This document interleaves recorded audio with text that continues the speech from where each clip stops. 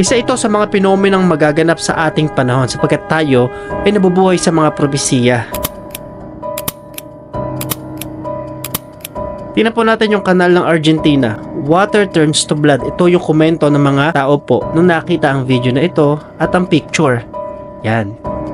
Pakinggan nyo po ito. Revelation chapter 11 verse 6. May kapangyarihan silang pigilin ang ulan upang hindi umulan habang nagpapahayag sila ng mensahe ng Diyos. May kapangyarihan din silang gawing dugo ang mga tubig at magpadala ng lahat ng uri ng salot sa mundo. Pwedeng ito yung simbolismo kasi nga nagpupula unti-unti yung mga anyong tubig sa panahon natin nang walang nakikitang two witnesses. Ganun pa man, hindi dapat takot, pressure ang maramdaman lalo na kung ikaw ay nakakilala kay Lord. Actually, pag-asa pa natin yan dahil nga mga bagay po na yan ay naisakakatuparan ng mga sinabi ng Panginoon. Kailangan nating ma-share ang gospel sa ibang tao. Share mo to sa unang taong papaisip sa'yo ng Panginoon. Malapit na dumating ang Panginoon. Are you ready?